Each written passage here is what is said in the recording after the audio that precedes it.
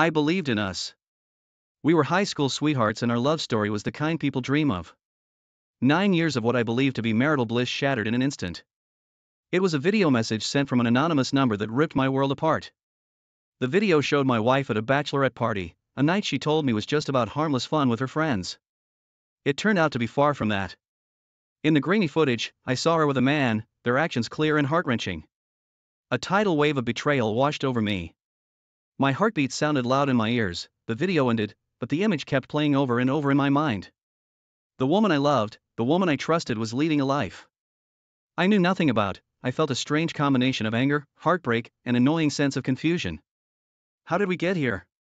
Was our love not real? I felt as though I was teetering on the edge of a precipice, the ground crumbling beneath me. I knew then I couldn't let this slide. The love I had for her, the memories we made, they demanded truth. I needed to know the extent of her infidelity. So, with a heavy heart and a need for answers, I decided to hire a private investigator. It was a step I never thought I'd have to take, but here I was faced with the unthinkable. This was just the beginning of the unraveling. The day after the video arrived, I woke up with a purpose. The dull ache in my chest hadn't subsided, but there was a newfound determination in me. The decision to hire a private investigator was not taken lightly.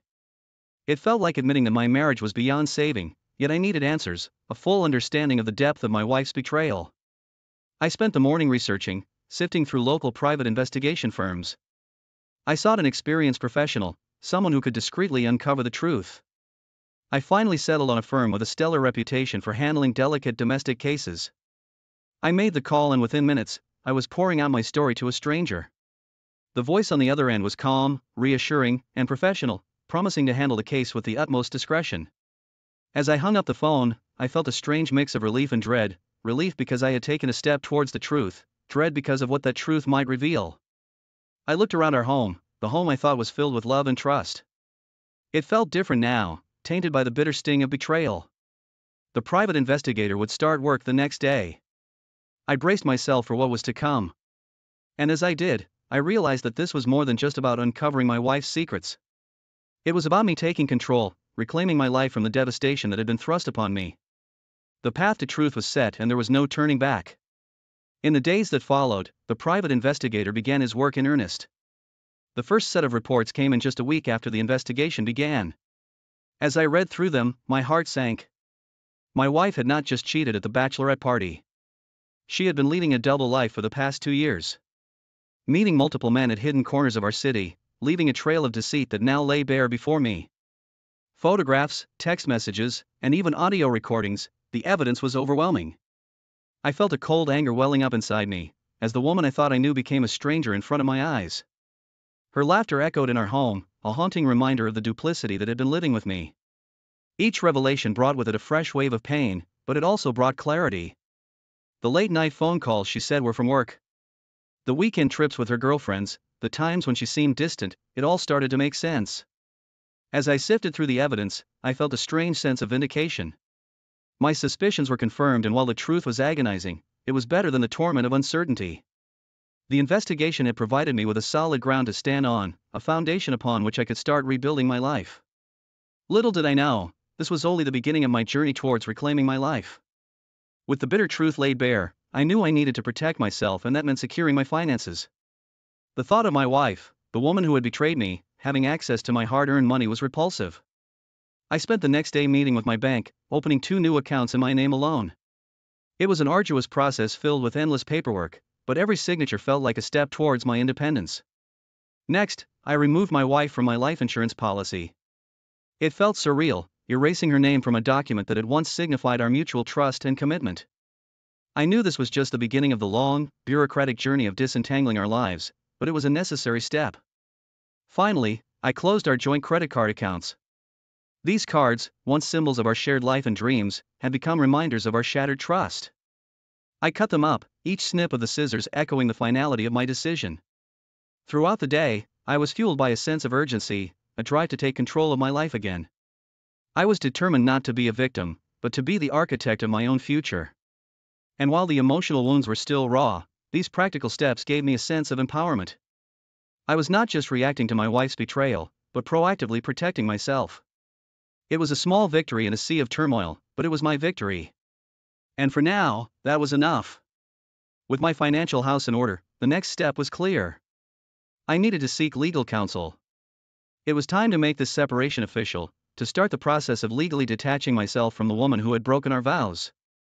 I contacted a local attorney, renowned for his expertise in handling complex divorce cases. I laid out the evidence before him, the pile of photographs, text messages, and audio clips, each one a dagger in my heart. He listened attentively, his face a mask of professional empathy. When I was done, he assured me that the evidence was substantial and that it would significantly influence the proceedings in my favor. We discussed the various aspects of the divorce, the division of assets, the fate of our house, and even the possibility of alimony. As I listened to him talk about the legal implications of my wife's infidelity, I felt a strange sense of detachment. It was as though we were discussing a business transaction, not the end of a relationship that had once meant the world to me. As I left his office, I felt an odd sense of relief. I had taken another major step in reclaiming control over my life. I was no longer just a man who had been cheated on. I was the man who was taking charge, making decisions, and protecting my interests. It was a small consolation, but at that moment, it was enough to keep me moving forward. Days turned into weeks, and with each passing moment, the need to confront my wife grew stronger. With the knowledge of her betrayal and my lawyer's counsel, I decided it was time. I felt a strange calm wash over me as I prepared to face the woman who had once been the center of my world. One evening, as she returned home, I asked her to sit down. There was a brief flicker of confusion in her eyes, quickly replaced by a mask of indifference. I wondered how many times she had worn that mask while lying to me. I confronted her about her infidelity, laying bare the evidence I had gathered. I watched as her face turned from surprise to shock and then finally to guilt. But there was something else too, a hint of defiance that made my blood boil. I demanded that she leave our home. I wanted to erase her presence, to cleanse our shared space of the deceit that had tainted it. Her refusal to leave, however, was a punch to my gut. Her insistence on staying, even after everything she had done, was a slap in the face. Our home, once a sanctuary filled with love and laughter, had become a battlefield. The tension was palpable as we circled around each other. The silence between us heavy with unspoken words and pent-up emotions. Yet, amidst the chaos and pain, I found a shred of comfort in the confrontation. I had stood up for myself, faced the woman who had betrayed me, and demanded the respect I deserved. It was a small victory, but it was mine. And in that moment, it gave me the strength to keep fighting. My wife's refusal to leave the house was a harsh blow. It felt as if she was mocking me, insisting on her presence in a home that no longer felt like ours. Despite the confrontation and the evidence of her infidelity, she seemed determined to hold her ground. In my frustration, I sought advice from my lawyer. The news was less than favorable. Despite the house being mine, I couldn't legally force her to leave the marital home until after the divorce was finalized. It was a bitter pill to swallow. The walls of our house, once filled with love, now felt like a prison. Living under the same roof with her was unbearable. Each shared glance was a reminder of her betrayal. Each encounter a test of my patience. I felt a growing resentment towards her, an emotion that was new and unwelcome. However, I couldn't let her refusal to leave break me. I was already in the process of reclaiming my life, and I wasn't about to let her defiance stop me. I retreated into myself, choosing to focus on my well-being and the legal proceedings at hand. The house was no longer a home, but a battleground where we coexisted in uncomfortable silence. Yet, in the midst of this tense standoff, I held my ground. I knew that this was just a temporary obstacle, a storm that I had to weather before I could finally move on. And so, I braced myself for the challenging days ahead, determined to stand my ground. With each passing day, the tension within the house grew. The silence was deafening, punctuated only by the occasional forced conversations necessary for cohabitation. The standoff had turned into a waiting game, each of us anticipating the final verdict that would set us free from this toxic environment. In the midst of this strained silence, I continued to focus on the divorce proceedings. The paperwork seemed endless, each document a cold reminder of our crumbling marriage. Yet, there was a grim satisfaction in each completed form, each signed affidavit, small steps toward my newfound freedom. In the midst of this turmoil, I found pleasure in simple routines, like cooking my meals, going for a run, or even reading a book in the quiet corner of our house provided much-needed distractions from the harsh reality. Despite the strained atmosphere, I found myself growing stronger. I was no longer the same man who had discovered his wife's betrayal. I was evolving, becoming more resilient, more determined. With every passing day, I was less the victim and more the survivor. My wife's presence was a constant reminder of her infidelity, yet it also served as a catalyst, pushing me to fast-track the divorce proceedings. I was eager to reclaim my space, to banish the ghost of her betrayal from my life. But for now, I had to be patient, to play the waiting game until the final verdict was delivered. The day finally arrived when the divorce proceedings officially began. The courtroom was sterile and intimidating. As I sat across from my wife, a surge of emotions washed over me. I was about to legally sever ties with the woman I had once vowed to spend my life with. The proceedings were complex and emotionally taxing. My lawyer presented the evidence of her infidelity, each piece, a stark reminder of her betrayal. The court listened. The judge's face impassive, as he leafed through the documents, detailing my wife's double life. My wife's lawyer attempted to defend her, spinning tales and twisting truths. It was a difficult thing to witness, yet I remained stoic, focusing on the end goal. I reminded myself that this was a necessary step towards my freedom. Despite the bitter taste of proceedings left in my mouth, I felt a sense of progress. With each passing minute, I was closer to being free from the chains of this failed marriage. The courtroom, while intimidating, was the arena where I was finally able to voice my grievances, to demand justice for the wrong done to me. As I left the courtroom that day, I felt exhausted, yet strangely exhilarated. The journey was far from over, but I had survived the first battle. I was one step closer to reclaiming my life. And for the first time in a long time, I allowed myself to hope for a brighter future. As the divorce proceedings continued, the emotional toll started to weigh heavily on me. Even though I was determined to move forward, I found myself grappling with feelings of loss, betrayal, and loneliness. I would sometimes find myself wandering through the house, the echoes of the past resonating off the walls. The memories of happier times would sneak up on me, bringing with them a fresh wave of pain. The woman I had once loved, the woman I had shared my dreams with, was now a stranger. There were nights when I lay awake, plagued by a sea of unanswered questions. Why did she cheat? Where did we go wrong? Could I have done something different? These thoughts would spin around in my head, leaving me feeling lost and confused. Despite the pain, I knew I had to confront these emotions. I allowed myself to grieve, to feel the loss. It was a part of the healing process, a necessary step towards moving on. In the midst of this emotional turmoil, I found peace in unexpected places. The chance meeting with an old friend led to regular coffee catch-ups. A neglected hobby was rediscovered, providing a welcome distraction.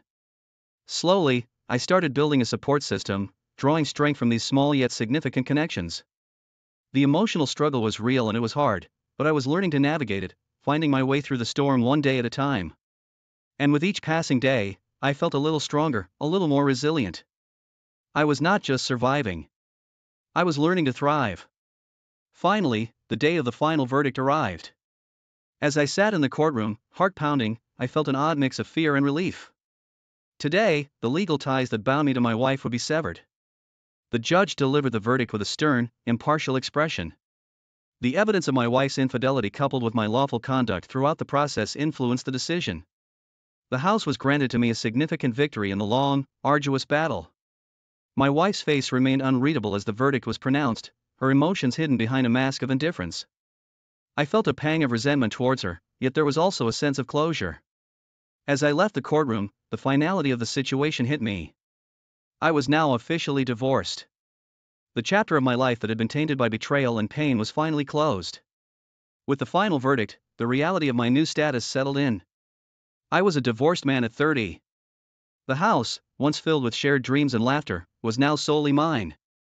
It felt larger, emptier, yet it was a canvas ready for a fresh start.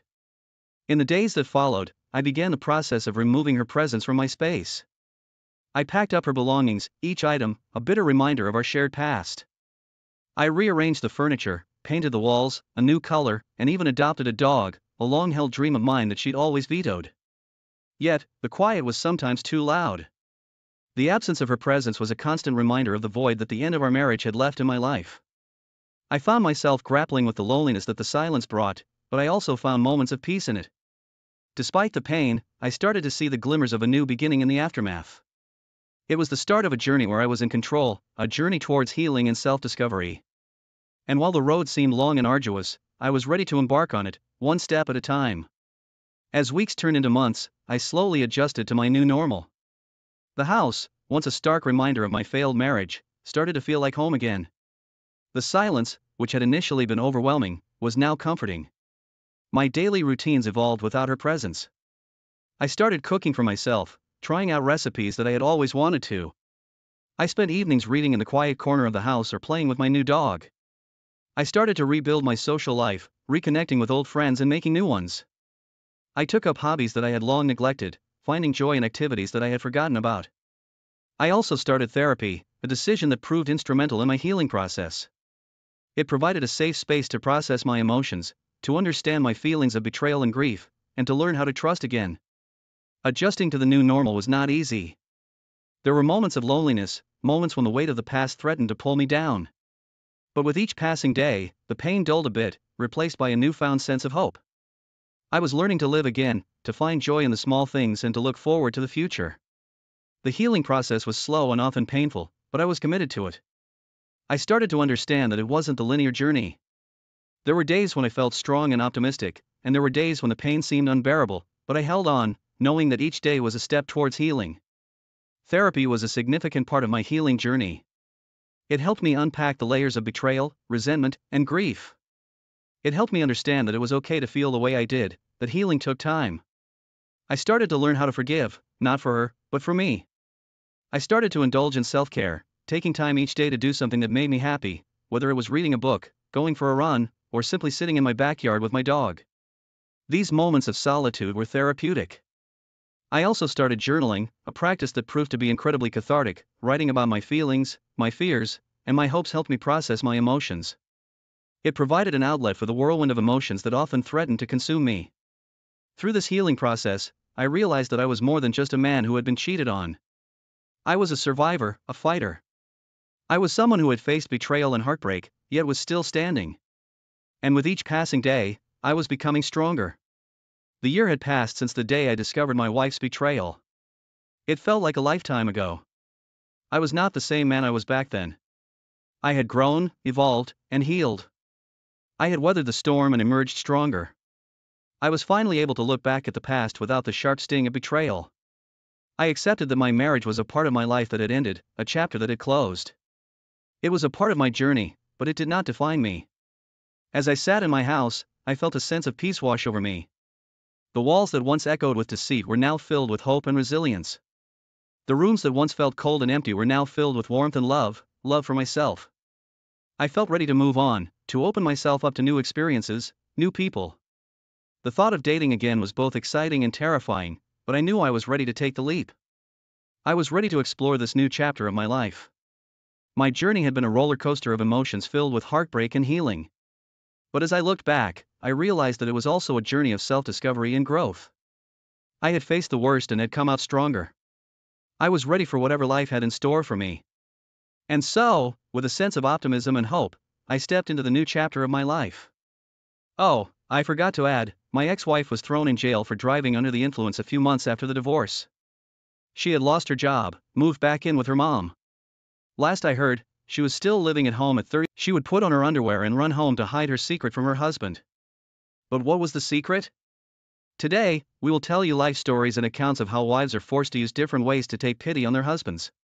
Are you ready to find out the truth? I want to tell you a very ambiguous story, although some might not call it ambiguous. It was about a kiss, and you can say 100 years ago, which resulted in a worse than nuclear war. To help you understand the whole picture, I am 40 years old, my wife Elizabeth 36, and of course, has a child 10 years old. Everything is fine with money and so on. The beginning of the whole story, if of course, you can believe my dear wife, was one evening on February 23rd. Our colleagues in the organization and I, of course, congratulated each other. A little by the evening, we celebrated the whole thing in the workplace. The girls at work set the table for us. I call my wife. Liz, we are here. Well, this is the very little. If you have a chance, after work, come straight here for me. We'll celebrate here a little bit. Well, you can pick me up and drive, so I don't have to leave my car here. I'm good. If I'd known how this simple request of mine would end, I wouldn't have drank at all, and I would have picked up whoever and wherever I wanted at once. Long or short, the dinners at work that night were also a humbling event. They were there too, congratulating the staff. In general, we had more bottles of cognac that evening than expected, and some of our young people here began to play the bottle. Well, like young people play, and we are older just for fun. We are sitting. Anyway, I think it's time to write to my wife. Where are you? She's texting me. I'm getting in a cab. I'll be right there. Okay. I take some more cognac, stand closer to the exit. There's a window, at least to get some air, and the sleeves on my shirt, of course, are already rolled up. Mine and everyone else's is fine. All of a sudden, one of our youngest madams comes up, and she calls me by my name and patronymic. Anyway, there's that bottle there pointed at me, and she kind of has to kiss me here, and in general, not really expecting an answer from me, takes my chin right with two hands and kisses me, without taking away from me and turning her head to the staff. Well, sort of, so that they can see that she has completed this task. Well, as you have already realized, of course, at this point, my wife walks in as well. Oil painting. We're kind of standing there with this madam, just the two of us. It all looks like we stepped away from the collective for some business. We both smell of alcohol. Well, the last moments of the kiss, I think the wife saw perfectly well too. I pretended as if nothing had happened. There really wasn't anything going on. I had nothing to do with it, but it wasn't. While Lisa and I, my wife and I were in the car, we were talking as if nothing had happened. In fact, I figured we'd probably talk tomorrow, if we talked at all, and for nothing. The next day, my wife was already blacker than a cloud. I somehow explained to her what it was, and after a couple of days, she, kind of believed me. I exhaled, but it turned out far from that. A month goes by to 6 months, and every time, on occasion, and without it, my wife immediately reminds me of this case, and because of these reminders, fight more. I told her if she did not forgive me, she could have told me so, instead of forgiving it first, and then reminding me every day. As soon as I said that, and got really angry, she immediately took a step back, saying that she was kidding, and that she would relax. But if the quarrel again, she immediately reminds me of it all again. In short, found a string, how to act on the nerves. Here, so to speak, as it is impossible, I turned out to her something like a promotion. She had been working in a jewelry store, and after an employee in their larger office went on maternity leave, Elizabeth was offered the job. The neighborhood was a little farther from home, but the pay was higher, and so on. I generally agreed without asking me, and the schedule was from 9 a.m. to 8 p.m., and the schedule was 3 days through 3. I, by the way, paid attention at once. It was the first time I had ever heard of such a schedule, but later found out what kind of schedule, what hobbies, except work, there were dinners. Anyway, it's been a year and a half, and then she walks into our lounge in the evening, and says, I'm sick of it all. I honestly, at first I thought the conversation was about work. You don't give me any time or attention at all. Well, don't make promises that you will now. You're an adult, you can't be changed. I've made up my mind, I've been thinking for a long time. In short, the point is that I have to go out now. Of course, I'm shocked. The next day, I try to talk again, and she is not, all in the same spirit. Torture my presence, to cut a long story short, I was not going to torture anyone. I decided to go to a friend's house for a couple of weeks at their empty house. It happens that people get bored with each other, and as a result, we make up. But it turned out to be much more interesting. We are sitting with a friend at this dacha, and with his encouragement, we come to the conclusion that there is something for a reason. It has been a week and a half. The wife, in terms of communication, doesn't even scratch the surface. Yes, and crowned, we need a break from each other. In such stories usually means something else. Anyway, I think, did someone show up? My friend definitely thinks so. And in my brain, at once her surfaces schedule 3 days and 3. Long or short, it looks like she has someone. And that someone is connected to her at this exact time. 3 days and 3, from 9 in the morning until 8 at night. What to do? I called the next day at my wife's to talk. But no, she stayed in the position she was in. We'll take a break from each other, but we'll decide sometime later too. Yeah, sure. But anyway, there's nothing to do. I take my friend's car, and drive right up to the driveway at 8 in the morning, so I can actually see where she's going and when. She gets out in the morning, jumps in a cab, and goes to this job of hers. I walk her there, driving to mine. Then in the evening, I decide to go to her place again, and see who will give her a ride home from work tonight. Well, if she got a ride. But then the situation repeats itself again. I can't follow my wife around indefinitely. I am also at work. In fact, there is no evidence. I have no guarantees that this is not nothing, and I do not do nonsense. In short, again, we are sitting at the cottage with a friend. And it has been almost a month. I come to our house and see my son. But Elizabeth doesn't say yes or no. I wouldn't want to talk about it now. Let's get through these days.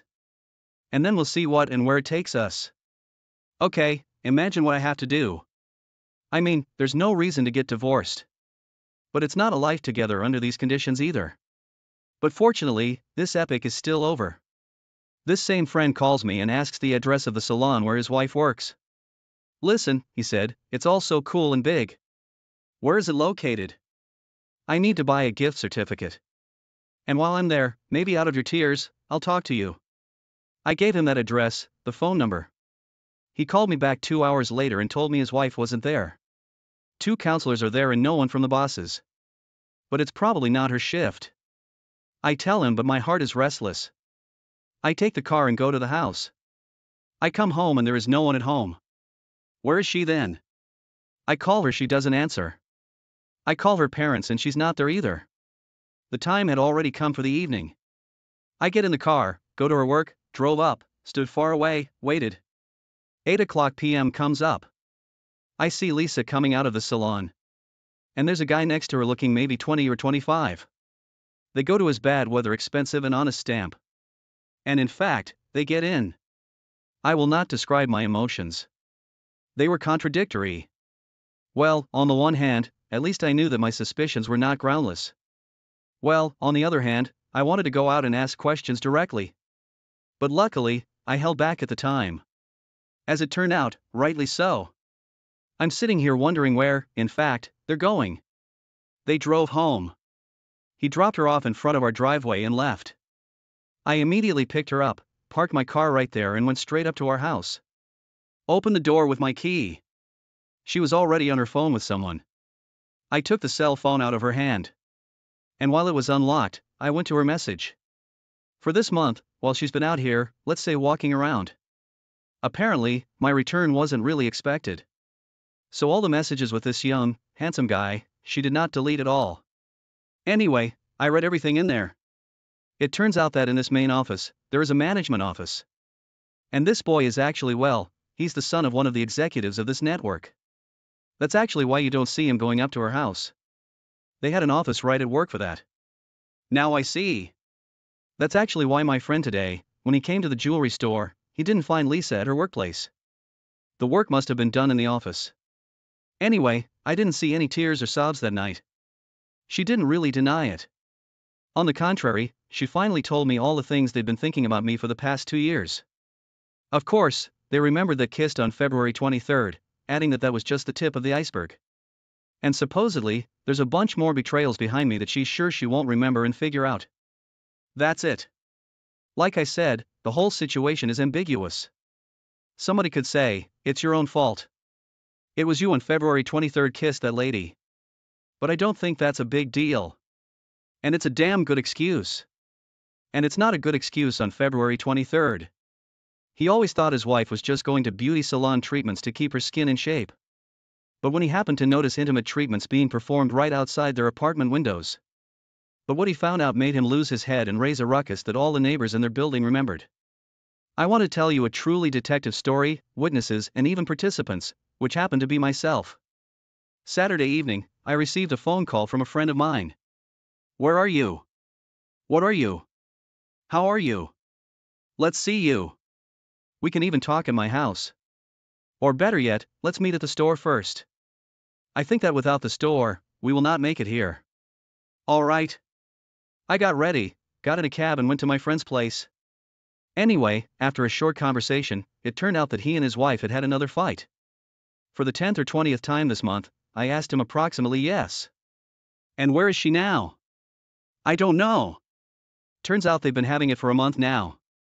And each time, in order not to make this situation worse, Andrew goes to his office so that he and his wife alone would blow off steam, cool off. And he goes back to their house the next day or every other day. And little by little, everything kind of calms down. But after a while, it's all over again. He leaves the house again. Of course, they disconnect their phones from each other at these moments. And this has been going on for about 5 weeks now. And then it coincided with the weekend. So what do I tell him? And that I did not really want to ruin the weekend today, says Andre. But no matter how hard I tried, we still had a fight. I kind of left again. But then I decided to talk right away and make things work out. Call her. Her phone is off. Came home a couple of hours later. She's not home. Get it? Yeah. So we sat down with him for a while, finished what we brought from the store. It's outside.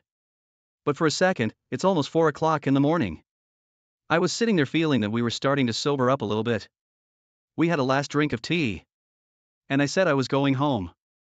Otherwise, yours will come. And we are sitting in this kind of well condition.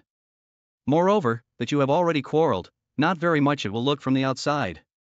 Although to return to her husband only in the morning is also not very from the outside. Okay, that's it. Let's go. We said goodbye. I threw on my jacket and went downstairs. Standing near their doorway. It's a little cold. It's early spring. I got out on purpose and didn't call a cab. I thought I would take a walk, get some air, have a smoke, but then I would go. I looked and there was no lighter in my pocket. I searched all my pockets, and there was definitely no lighter. It seems to be on Andre's balcony. And those back to his 3rd floor. The last thing I wanted now. Moreover, I look out the window. The light at Andrew is not lit. Probably asleep. Okay. And I see in their yard in front of Andrew's new house. There's a car with the lights on and parked in the so-called 2nd row. But it means kind of came recently. And for sure there is someone inside. I come up in the back. I see the front window is ajar. I said, buddy, they're gonna be lighters. He reached for the ceiling light in the car and turned on the interior light. I'm standing outside in the dark and can't see me. I can see the cabin with the lights on pretty well. No one in the passenger seat. It's pushed all the way forward. I hear a lady's voice coming from the back seat. She said to my date. Okay, I gotta go. I'll call you. And she kissed the driver on the cheek. I leaned over to look and the lady had already opened kind of the back door, but also kind of on her way out. I looked closer. It's Marinka. I think it's Andrea. I immediately turned my back to them. I hear her get out of the car, slam the back door. Well, and goes to his entrance home. That's right. The driver couldn't find a lighter, started the car and told me that yes, now the cigarette lighter. I was sobered up by such surprises from Marinka. And I thought that I should make friends with this friend. I wonder if it's a brother or some colleague at work. And now I'll take Andrew. Although why would she then was a colleague to kiss something? Okay. I hear it. And his car chain noise. Well, when he started the car, I could hear it under the hood. And I said to him, that's the chain. They have a problem area.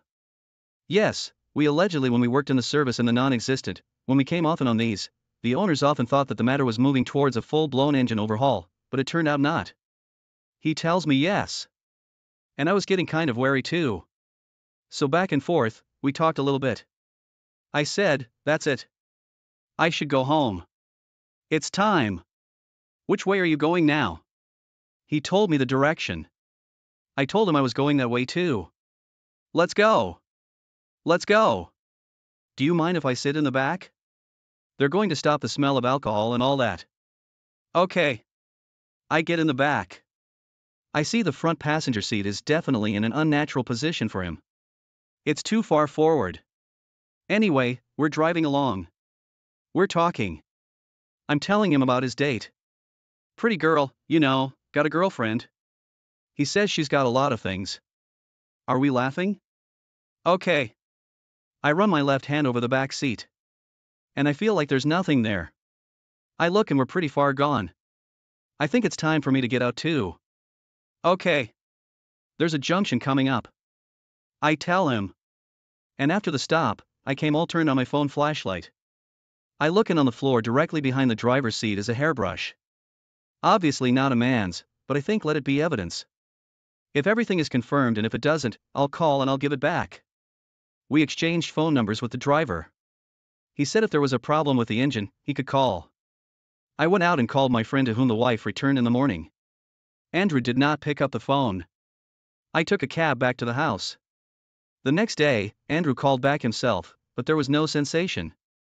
I told him about how last night I had fun investigating the alleged cheating and that I even have proof of a sort, but it turned out that Marinka herself took and told him I got home at about 5 o'clock in the morning. Andrew could they're in an unsuitable state for such a conversation. In short, as a result, they and his friends, all what they think and everything as it is said, that's pretty much it. The only really unpleasant thing about this story is that there is no consistency. First, they should have broken up and then they should have thrown their comms, walking around at least until morning. If you like this story, don't forget to rate it and give it a like. Welcome back to the channel. Hope everyone is having a wonderful day or evening. In today's story, OP found out his wife cheated on him with his gym trainer after he showed up to her work and saw them. He then followed AP home and told his wife about it. Now, OP's wife and AP are a complete wreck after what OP and AP's wife did to get revenge. Now, let's get into today's story to find out what happened. I was 22 years old when I decided to join a gym and build some muscle. It was there that I met my future ex-wife and trainer, who was 25 years old. She was amazingly fit. Whenever I worked out, she became my motivation. She'd joke with me, laugh, and ask me questions about my job and hobbies.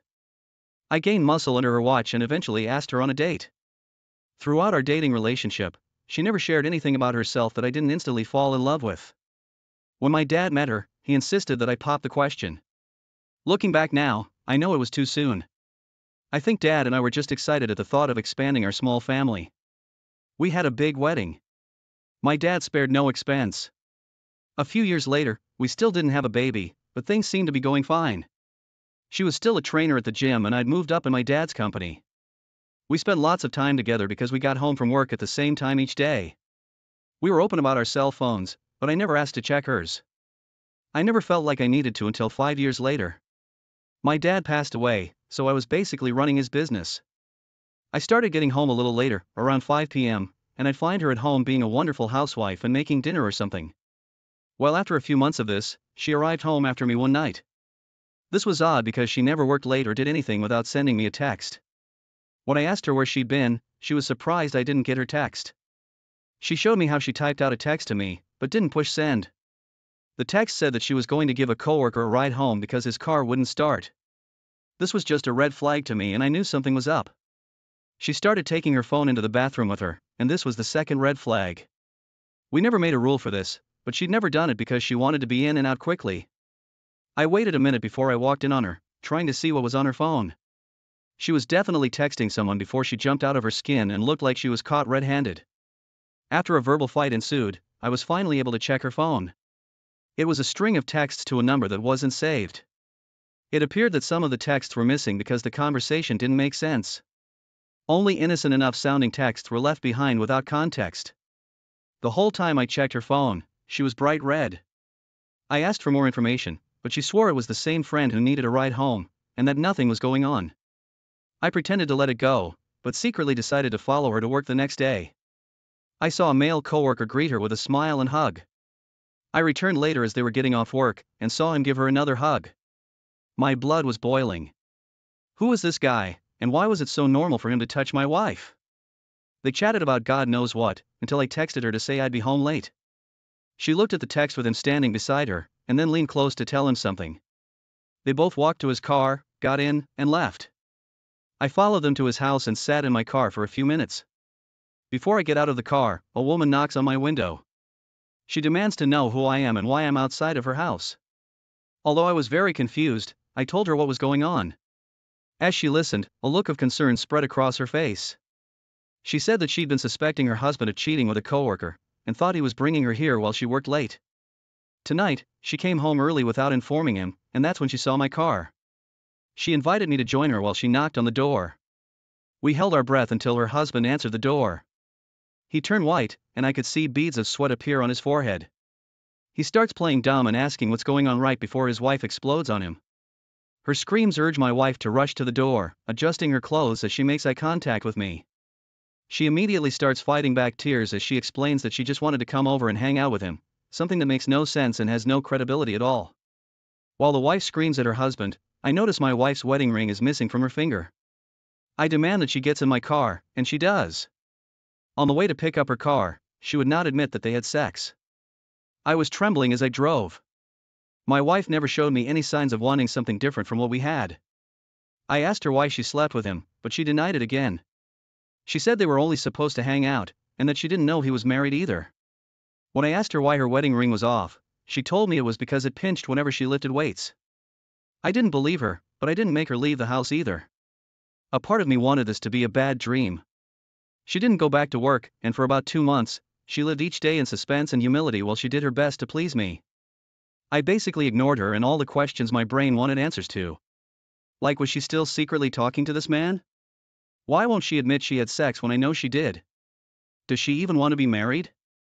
How could I ever trust her again? That's when I got an email from that man's wife. My email isn't hard to find if you know my name. She told me that her husband finally told her what happened, that my wife had been to their house at least 2 times before that, and that each time, she had sex with her husband. She added that she was sorry to be the bearer of bad news, and that she planned on informing their boss of the affair. It was the worst news of my life. Instead of talking to me about whatever was going through her head and trying to keep our marriage sacred, she went behind my back and slept with him. The level of betrayal was unspeakable. I confronted her, calling her a liar and showing her the email I received. She started crying and begging me to forgive her. She said that they had chemistry at work, and the thought of sleeping with him just crossed her mind. She said it was a mistake to go through with it, and that she's hated herself ever since it happened. I told her I didn't believe a damn word she said, because apparently, she had gone back to his house more than once to sleep with him.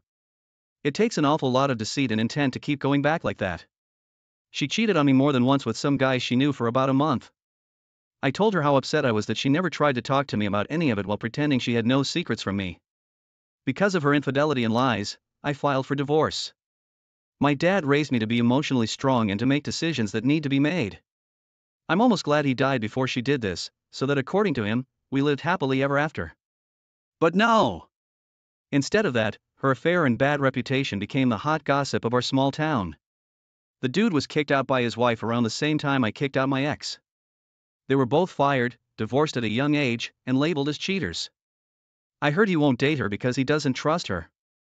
Go figure. A few weeks later, I took the betrayed wife out for dinner, and we had a good time.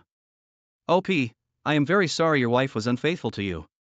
People make mistakes, but when it comes to this level of betrayal, it's hard to recover from it. As long as you try to stay with her, you probably second-guess everything she said, and never truly feel comfortable in the relationship. Marriage requires hard work and honesty, both of which seem far-fetched to that woman. She went back more than once to commit the same sin against you, and was only remorseful after she was caught. This type of woman is not mature enough or ready for marriage, and sometimes it's a lesson learned too late. I am happy for you that you made the quick and accurate decision to get divorced. It can be difficult for people to make this decision, although it is often the better option when it comes to infidelity. Keep yourself number one in your life until you find someone who becomes just as important. Now let's get into today's second story. My ex and I have attended the same church since we were kids. Well, not anymore, and you'll understand at the end. We started dating each other when she was 20 and I was 21. Our parents were both strict in our religion, and expected us to abstain from sex until marriage. We agreed at first, but it became quite a challenge, and we did it a few times. Around the time I proposed, we began attending separate Bible study groups for men and women. Each group would discuss things like how important it was to keep yourself pure until marriage under God, what was expected of a Christian wife or husband, and stuff like that. These groups met at the same time once a week, and I would drive my fans home afterward. One night, I waited an extra 10 minutes for her to come out of the church. It wasn't too odd to me, and I didn't ask anything. She seemed happy and fine.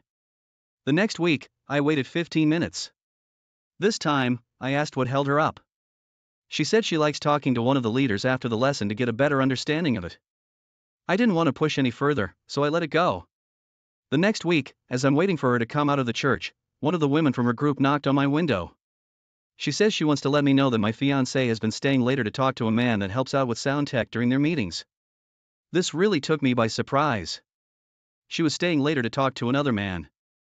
I'd been under the impression only women were allowed in the group, including staff. When my fiancé finally got back to the car, I asked her about it. She got defensive and asked why it's a big deal for her to talk to a church leader about Bible lessons.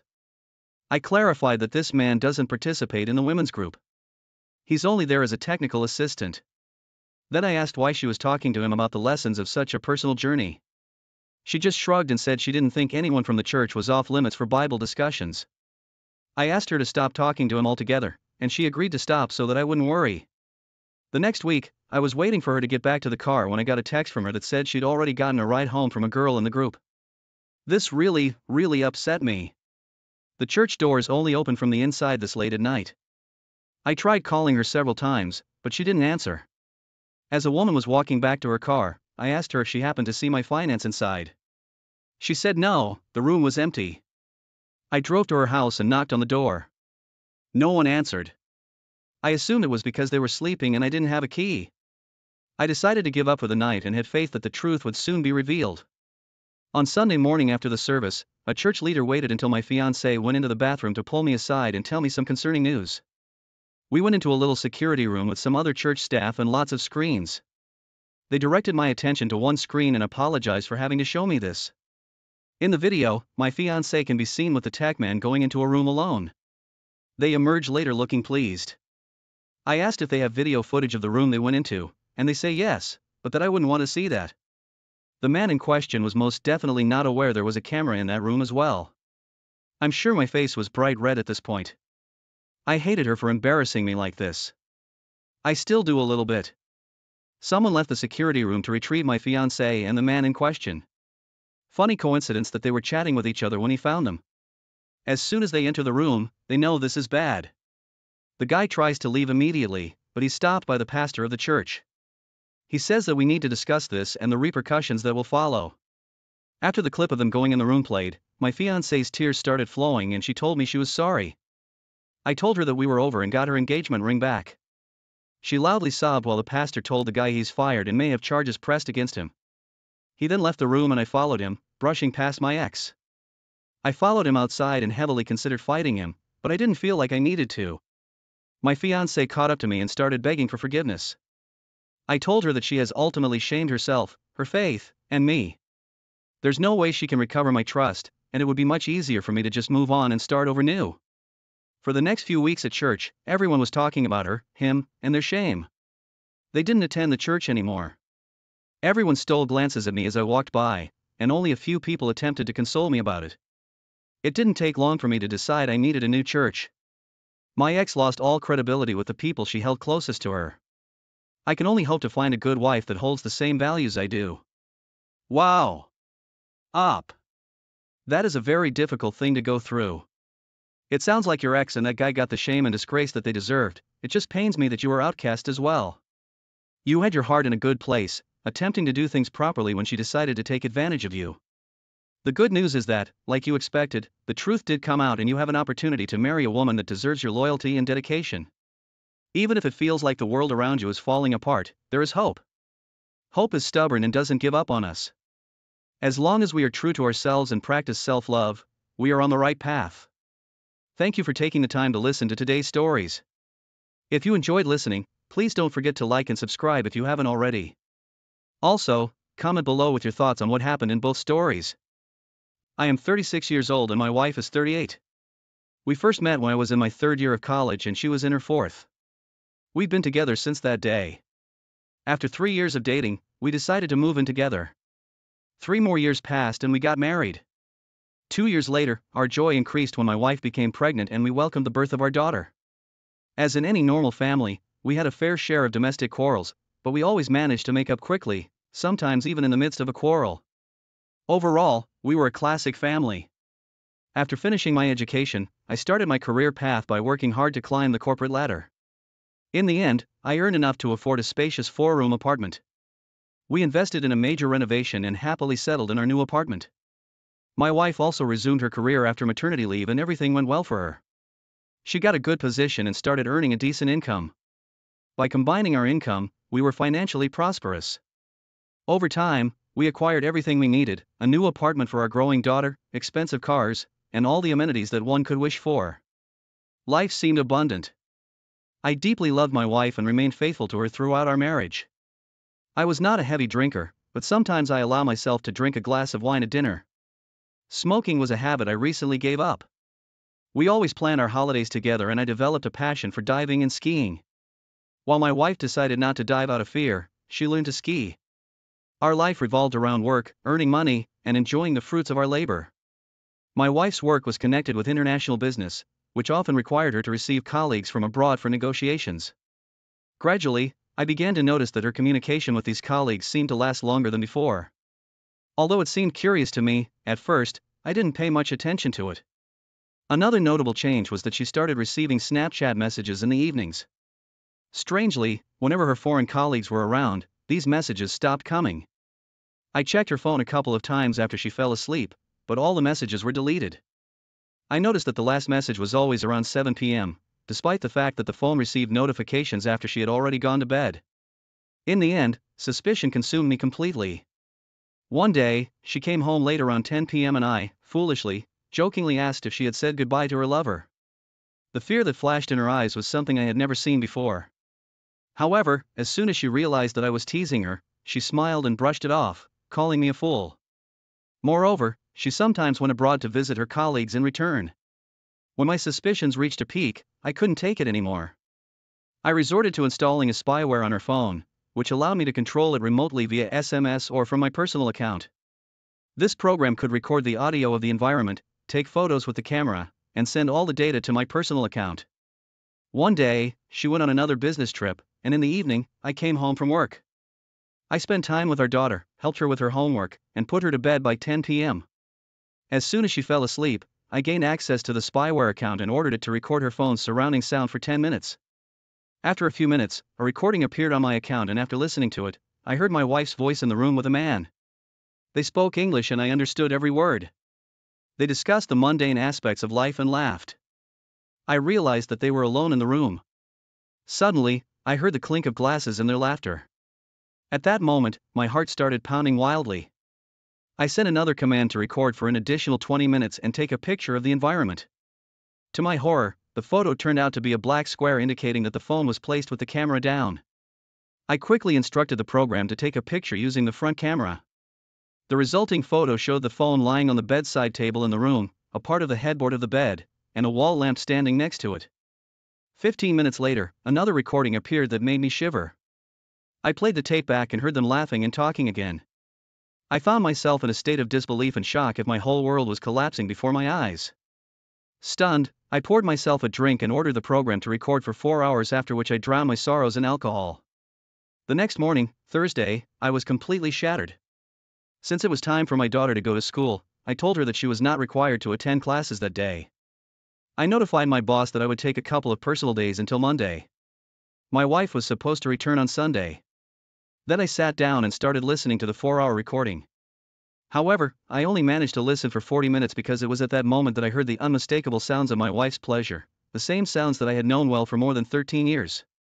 It felt like a knife was stabbed into my heart, causing both emotional and physical pain. Stunned, I rushed to the bathroom and threw up, unable to figure out if it was from a hangover or from the current situation. I stood under an icy shower for 20 minutes, desperately looking for some relief. After that, I took her daughter to visit her grandparents, assuring her that I would explain everything later and return home alone. My wife called during lunch and sincerely asked how I was doing. I stood there in silence, unable to say a word, pretending that the connection was bad. I told her that I was unwell and would stay at home for a couple of days, and that I entrusted our daughter to the care of her grandmother. That day was the most painful in my life. I witnessed a personal health feeling completely lost and unsure of what to do. My head was filled with an incessant buzzing that drowned out my own thoughts. I sat on the couch and cried like a child as waves of anger and apathy overwhelmed me. The more I expressed my emotions, the more they dulled in me. By the end of the day, I was emotionally exhausted. In the evening, I returned to the spyware account and started issuing commands to the phone. I got the photos. Some were taken from her bag and others from the table. There were recordings of her performances in restaurants with numerous voices, obviously her colleagues. Then in the course of the evening, I came across something. The phone was again on the bedside table, recording her voice along with someone else's. However, this time, there were no intimate sounds. Unable to take it anymore, I called her. After 4 rings, she answered, noticeably out of breath. I asked her about her heavy breathing, to which she replied that the hotel elevator had failed, and she had to climb the stairs to her room. I talked to her for a while, trying my best to keep my voice calm and even. I had announced my intention to go to bed, wished her good night, hung up the phone, and quickly sent a command to the spy program, requesting a quick series of pictures with the front camera. That's when she made a mistake. After our call, she put the phone not on the bedside table, but on the bed next to her.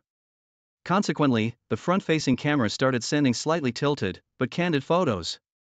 Images of her sitting astride another person with her head thrown back.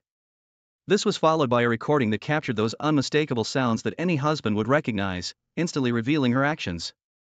That was the last straw for me. I kept these notes and materials.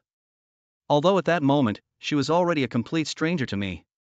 From that moment on, I refrained from further investigations until Sunday because everything became painfully clear. I was considering my next steps. Should I seek a divorce? What about our 9-year-old daughter? On Sunday, late at night, she came home, eager to kiss me. I recoiled, reminding her that I was sick. I wanted to hit her to unleash my anger. Having retired to the office, I went to sleep on the sofa. The next morning, I got up before her and went to work, unable to be around her anymore. I'd endured the day mechanically, then approached my boss and asked for an urgent week's vacation. I recorded all the evidence on a flash drive, and then I called my wife, telling her that I was going on a business trip for one day, but asked her not to take our daughter away from her grandmother, as I had a surprise in store for her.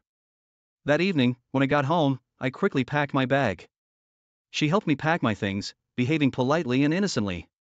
However, her hypocrisy only inflamed my rage.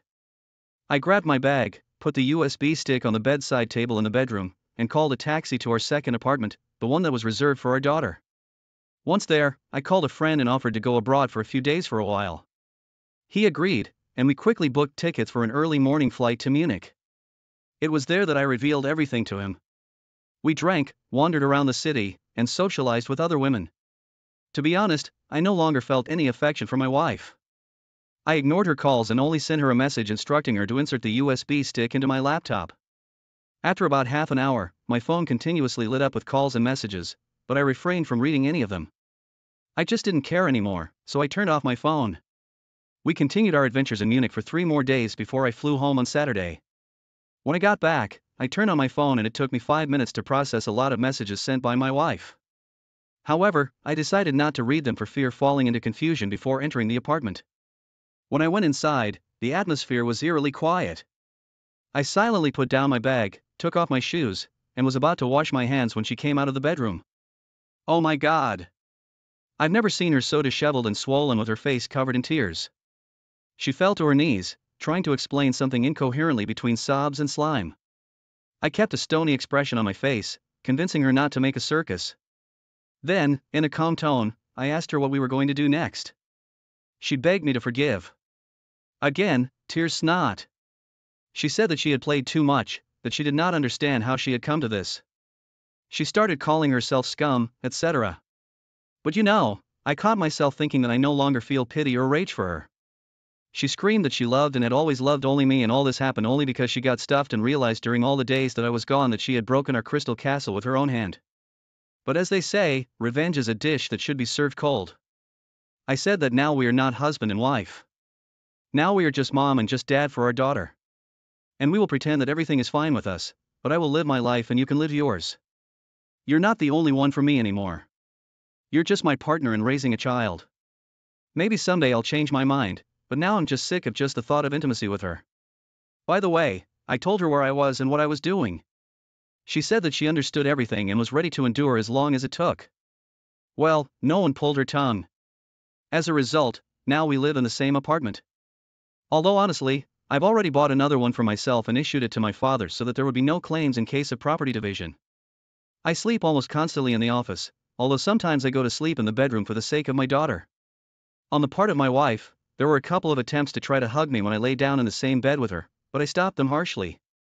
We haven't had intimacy for 3 months. She didn't tell her parents anything. Only her father knows of mine. We agreed that once a year we go on vacation as a family for a week, but now it would be separate beds. I'm constantly hanging out with friends and have new acquaintances among them. There are beautiful women. I sometimes think when she'll come up and say that she's had enough and she leaves, or, for example, files for divorce and we divide the property, but she doesn't. I constantly catch her looking at me. Like the look of a shriek cat, but I honestly don't give a shit. Although I see that she is trying, but I revel in her pain. Recently, I defiantly put a pack of condoms on the desk in the office to look at.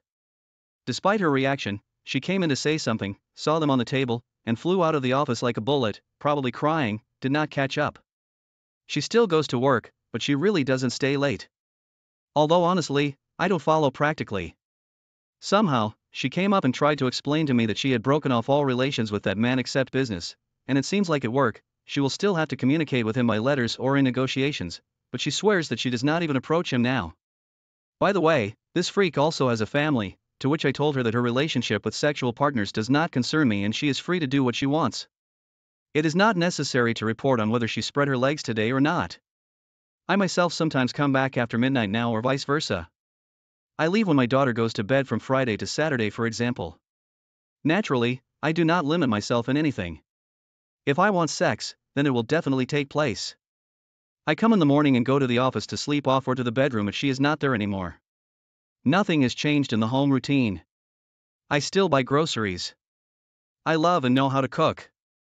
We had cleaning on the incoming housekeeper, so nothing has changed here. I have been paying for the apartment and I am still paying. Where she spends her money and whether she spends it, I do not care. Communication like loving each other is only for our daughter or her parents if they come. Although it seems to me that if I tell my mother-in-law, she will probably strangle her right in front of my eyes. I have a great relationship with my mother-in-law. She is an intelligent woman and strictly respects family values. Surely, this is another argument why the wife does not want to leave. Apparently, she is afraid of her mother. Because mom will definitely ask the question, what the hell is going on? And I am not going to lie. In general, I mock her as much as I can and I really enjoy it. Yes, maybe I have become a monster now, but she herself gave birth to that monster. And you know what amazes me? Her perseverance and patience. It's like a red flag to a bull for me. I wonder how much more she can take. And please don't start with the whole, she's the mother of your child, blah blah blah. What she was giving herself to that jerk, she didn't care much about that. For half a year, going on business trips or spreading her legs in this city without thinking about our daughter or her husband. No comment. Every time I feel like my armor will crack, I remember the day, what I felt back then, and it eases me. I become stone again. So this is how I live now. Everything is fine with our daughter. We are great parents and I still help her with her lessons in the evenings. Our mutual friends know nothing. Maybe when I get tired of tormenting her or realize that enough is enough, I'll switch off the bastard mode and have a talk with her. But not now. Not now. Thank you for watching. Like, comment, and subscribe if you enjoyed the video. Until next time, I'll see you again. It was an especially cold December morning when Stuart got into his car's icy cabin. After starting the engine, he warmed it up a little and drove cautiously onto the nearly empty road. Stuart was on his way to a neighboring town to make a deal with a new supplier of auto parts for his store. Recently, he had been unlucky with suppliers, so he hoped that this time the negotiations would go well. Thankfully, Stuart was right this time. He was able to agree on shipments that were supposed to start from the new year. After shaking hands with his new partner, he went outside. Delighted with the successful deal, Stuart decided to stop by a store and buy a gift for his wife, Emily. He pulled up near a shopping center, walked among the many stores, and chose a beautiful watch for Emily with a gold-plated case from an expensive boutique. By the time Stuart left the city, it was already dark and heavy snow had started to fall. Visibility on the road was rapidly deteriorating, and even with the headlights on and the windshield wipers working, it was almost impossible to see anything in the distance. When Stuart drove onto an intersection, he only had time to notice something dark on the left with his peripheral vision. He started to brake, but it was already too late. A heavy logging truck that had jumped onto the highway easily knocked Stuart's car off the road, crushing the driver's side with its huge bumper. "Hey, how are you there? Are you alive?" Stuart struggled to open his eyes and saw through the broken glass the face of an unfamiliar man. The man immediately got busy, tried to open the door, but it didn't budge. Then he ran for a pry bar, and with difficulty, but broke the battered door, and picking Stuart up by the arms, dragged him outside. Stuart gathered his strength, turned his head, looked at his feet, and was horrified that his feet were completely crushed and left bloody tracks in the snow. His last strength left him, and Stuart lost consciousness. He woke up in the hospital. The first thing he did was try to move his toes, and realizing they were gone, moaned in pain and despair. A gray-haired doctor came into the ward, carefully examined his bandaged limbs, and seeing the patient suffering on his face, said, "Well, calm down, please. It's not as bad as it could have been. You lost a lot of blood, and it's just a miracle that you survived. Emily arrived in the evening, tears in her eyes, as she sat down next to him and took his hand in hers. Stuart looked at her and remembered buying her a watch at the store, and groaned at his own foolishness. I stopped by the store to buy you a watch. Why couldn't I have just stayed home? He muttered. Stuart, everything will be good, don't worry. His wife tried to reassure him, holding his hand tighter. What's so good about this? Who needs me now? Stuart said irritably. Tell Graham to manage the store himself from now on, he added, turning to the wall. After being discharged, Emily suggested that Stuart live in his late grandfather's old house, outside the city, surrounded by nature. Stuart agreed, seeing it as a good idea. Emily packed her husband's things in a suitcase, and one more time offered to hire a caregiver for Stuart, but he angrily refused. He got out of bed to show her that he could take care of himself, but a sharp pain in his lower back forced him back onto the bed. Gritting his teeth to keep from screaming in pain, he made another attempt and moved to his wheelchair, showing his wife that he didn't need anyone's help. With a proud look, he left the room. Everything in his grandfather's house was as simple as ever, but beautiful in its own way. Stuart gazed at his grandfather's portrait, and suddenly remembered what he was like when he was alive. Although it had been 5 years since his passing, Stuart still vividly remembered his grandpa. He remembered his face, overgrown with stiff bristles, and his old crumpled work shirt, stained with gasoline and tobacco. He wore it all the time, taking it off only for washing. Grandfather died 5 years ago, but Stuart still missed him. These memories took him back to the distant past. He remembered the times when his mother was still alive, before she was diagnosed with cancer. Every morning she used to make him pancakes and carrot fritters, which he loved. It all felt so close now that Stuart completely withdrew into himself and sat in his wheelchair, hypnotized. Stuart, are you even listening to me? Emily called out to him. I might be leaving soon. Don't miss me too much. I'll be back. And call me if you need anything, okay? Stuart nodded. Don't forget about me while you're gone, he joked, but his wife flinched at his words. How can you say that? Emily said, offended. Then she kissed her husband goodbye and left quietly. Stuart watched as the heavy door closed behind his wife, and at that moment it seemed to him that he had lost her for the last time. He instinctively jerked forward, but a sharp pain pierced his back, and he, groaning, wearily sank into his wheelchair. A month passed. At first Emily called Stuart almost every day, inquiring about his health, offering help, but then her calls became less frequent and finally stopped altogether. Stuart, in a troubled foreboding, tried to reach Emily himself, but her phone did not answer. Stuart guessed that Emily had left him and decided to live her own life, so he soon gave up his attempts to contact her. Deep down he understood his wife, because not everyone can find the strength to take on such a heavy burden as him, but resentment firmly settled in his heart and did not give him peace, neither day nor night. One evening, lost in troubled thoughts, Stuart suddenly heard the gate creak outside. He looked out the window, but it was already quite dark outside, and he didn't see anyone. Thinking that he had imagined it, he was about to immerse himself in his thoughts again, but then he clearly heard a knock on the door. It's open, come in, Stuart called out, wondering who could come to visit him at this time. The door opened and, to his surprise, Stuart saw his neighbor, Penelope, standing on the threshold. She was petite, slender, and modestly dressed. He looked her up and down and gestured for her to sit at the table. The girl walked timidly into the room and sat down opposite. Hi, Stuart, she said.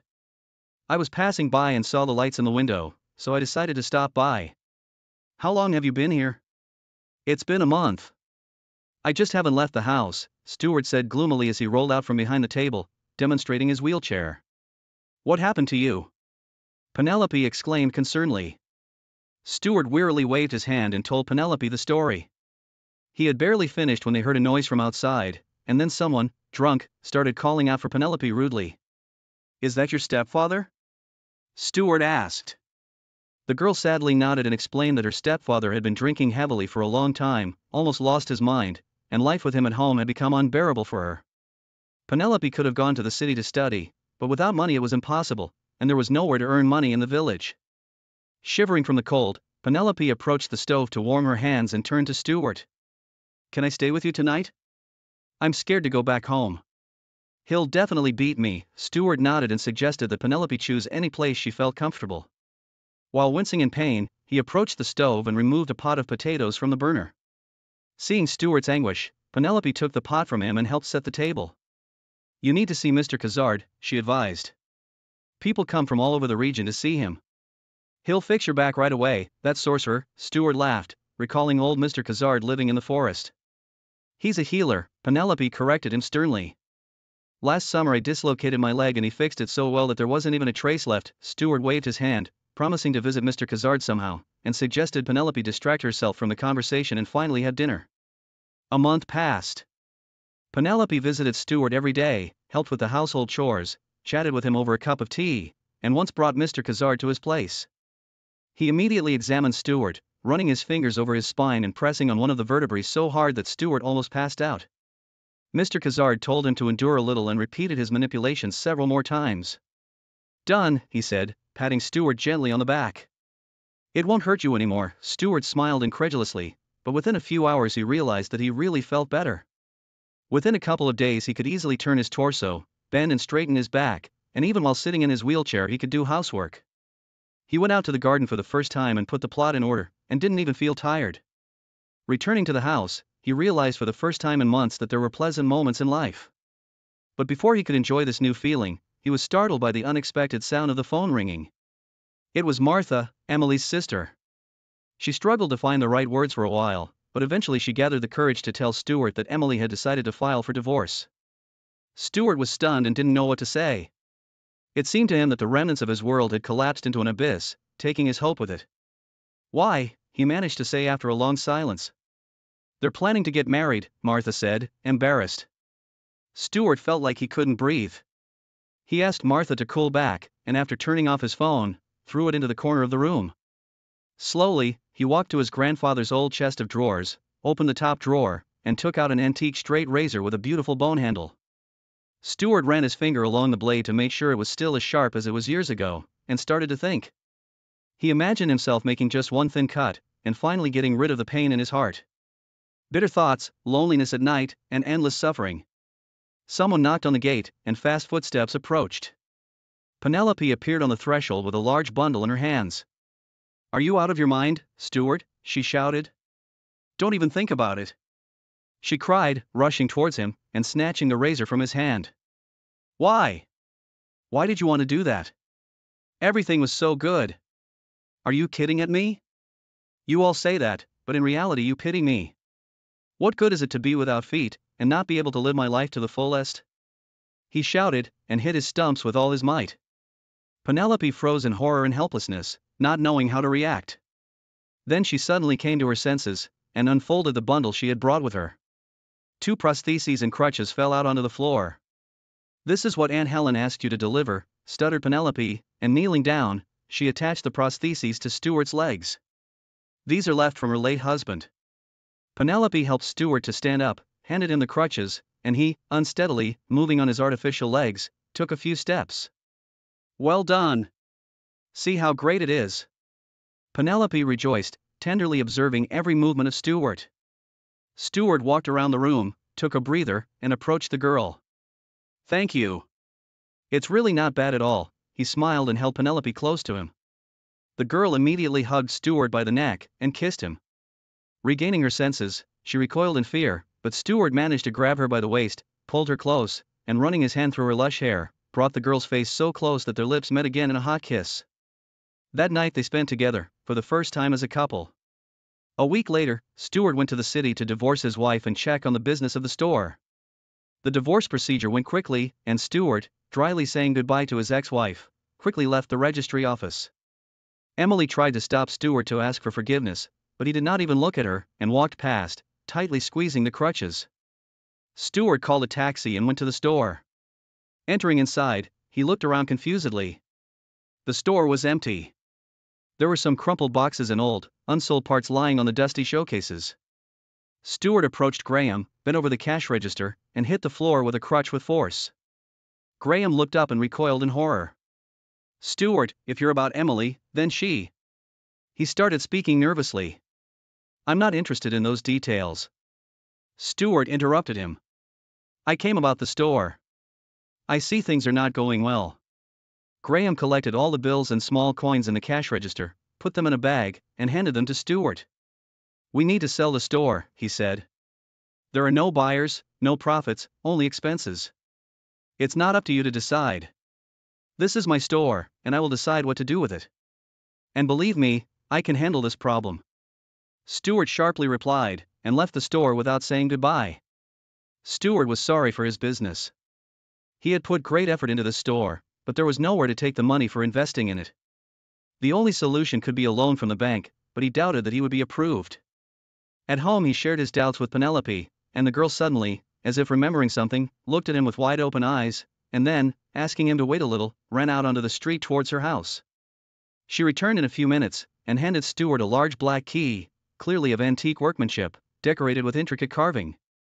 Your grandfather asked me shortly before his death to keep this key and give it to you. I often came to see him, and he always talked about you. He also asked to pass on this key as from the chest that is hidden in the basement. I don't even know what could be there. Well, okay, we'll see tomorrow, Stewart smiled. On the next morning, Stewart took out a flashlight, handed it to Penelope, and ordered her to follow him. In the kitchen, he lifted the heavy lid of the pantry, carefully descended, and as soon as he reached the ground, he shouted to Penelope to also come down. When they turned on the flashlight, the darkness dissipated, and in the corner, they saw traces of brickwork. After dismantling the bricks, they pulled out a small iron chest. The key turned with a creak in the hole, a click sounded, and Penelope gingerly lifted the lid off the chest. Inside was a small bag on a string. Stewart took it, untied it, and poured the contents into his palm. Penelope brought the flashlight closer, and froze in amazement. On Stewart's palm, the sharp edges of real precious stones glistened and sparkled with different colors. Penelope and Stewart stood, admiring the incredible and mesmerizing sight. Unable to look away, and everything that was happening seemed like a fairy tale dream to them. Having come to his senses, Stewart chose the biggest ruby from the pile of stones and gave it to Penelope. The girl accepted the gift and began to admire it. You know, I remembered. My grandfather once told me about his youth. He worked in the mines, but I never thought that he hid his findings and kept them for so many years. Stewart took a final look at the exquisite treasure, neatly folded the stones back into the bag, and smiled contentedly. He felt confident again, and hoped that everything would be fine for them now, as he could use the inheritance to get the store out of debt, improve the business, and buy himself the most modern prosthesis. Will you marry me? He suddenly asked Penelope. We will sell the stones, leave here and start a new happy life. Do you agree? Of course, my love, if you only knew how long I've been waiting for this, she whispered, and hugging Stewart around the neck, buried her face in his chest. Stewart hugged the girl tightly and realized that all the pain and heaviness of the past few months after the accident was finally leaving. Love helped him forget about despair, betrayal and disappointment, filling his soul with the long-forgotten feeling of incredible, all-consuming